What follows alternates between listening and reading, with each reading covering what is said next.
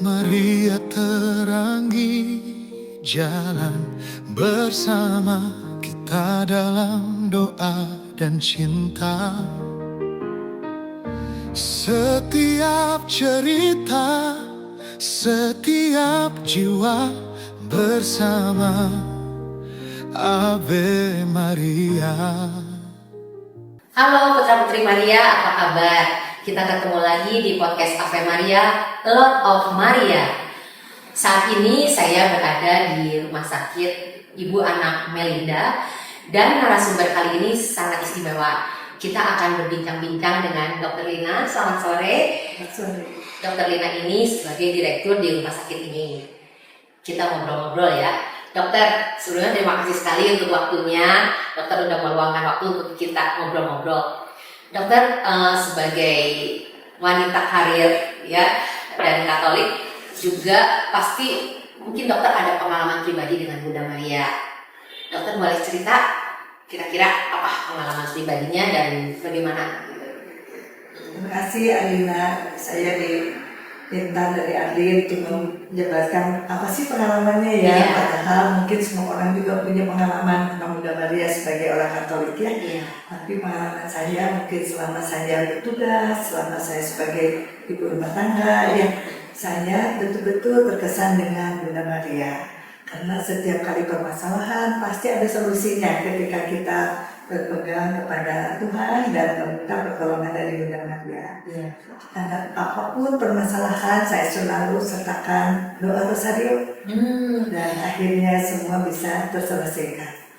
Dan saya juga membiasakan, tadinya saya hanya berdoa sama Maria tuh ketika ada bulan rosario ya, bulan Mei, apa bulan September, Oktober gitu. Tapi sekarang saya lebih tenang ketika kita melaksanakan doa rosario itu setiap hari. Oh, setiap hari, iya. Di sela-sela waktu. Biasa dokter kalau doa rosario pagi kah, malam kah, atau anytime, kira-kira gimana? Karena doa rosario itu cukup panjang ya, saya lakukan di pagi hari. Pagi sebelum hari. bekerja ya. Oke, itu jadi udah rutinitas pagi-pagi ya.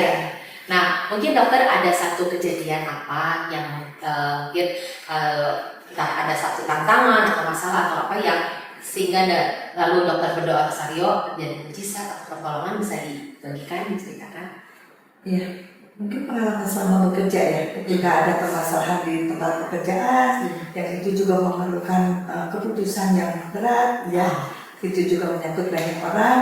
Nah itu saya melakukan doa rosario dan ini pun bisa terselesaikan sampai bisa ya, ini bisa selesai dengan mulus sekali gitu dengan baik. Itulah yang pengalaman saya. Berarti apalagi dokter kan mengelola, memimpin rumah sakitnya juga tentu banyak tantangannya ya dok ya, sebagai pimpinan permasalahan ataupun ya segala macam lah ya dok. Nah apakah dokter selain pagi suka melakukan juga di tempat kerja itu, misalnya lagi ada harus meeting atau apa, atau ngambil keputusan gitu? Kalau di tempat kerja kayaknya nggak sempatnya terlalu panjang gitu. Iya. Tapi setiap kali saya berdoa, misalnya khusus untuk doa rosario. Tapi kalau saya berdoa selain dari Bapak kami, saya selalu berdoa sama Maria. Oh iya. Apakah dokter juga pernah ini nggak bertanya yang pribadi tanya ada sakit apa yang hubungan dengan doa rosario atau mungkin juga ada pasien atau gimana? Ya, mungkin sakit pribadi kalau misalnya yang pernah sakit itu ada apa, ketika didiagnosa ada apa, doa rosario ternyata hal itu tidak terjadi. Nah, apa yang dikhawatirkan ya tidak terjadi. Terus juga saya itu terlalu khawatir kalau misalnya anak atau cucu yang sakit itu tuh pemikiran tuh, karena kita sebagai dokter tahu gitu kalau misalnya nantinya tuh akan gimana. Saya berdoa dan rosario dan akhirnya tertolong. Ini merinding saya mendengarnya. Berarti dokter betul-betul menyerahkan segala permasalahan, minta tolong bantuan doa Bunda Maria ya. Udah berapa lama nih dok? Kira-kira dokter mulai, kan tadinya dokter cuma rosario tuh hari bulan Mei dan Oktober aja. Lalu setelah sekarang rutin setiap hari ini Udah kira-kira berapa lama? Setelah COVID ya. Iya, momennya COVID ya. Setelah COVID, saya berdoa setiap hari. Dan itu juga saya meminta pertolongan dari Bunda Maria untuk mendoakan kepada anaknya ya, kepada Tuhan Yesus supaya kita juga diberikan bimbingannya. Iya, betul. Ya, apalagi pada momen-momen COVID itu dokter pasti sibuk sekali ya, dan tetap harus kerja ya dok ya. Aduh puji Tuhan lah kalau gitu memang bisa merasakan betul-betul pertolongan mereka. Ada kisah yang lainnya mungkin? Oke, itu ya, tapi setiap kali kalau misalnya ini ada permasalahan tadi sudah saya sampaikan, ketika ada sesuatu pun saya selalu memintakan doa dari selain dari doa-doa yang kita lakukan. Ya. Dan tentunya Eka ya. Baik kalau gitu, Putri Maria, tadi kita mendengar sendiri sharing dari Dr. Lina. Beliau tentunya ya apalagi di COVID ya, di zaman COVID kita tahu semua bahwa itu momen-momen yang sangat bikin stres semua orang.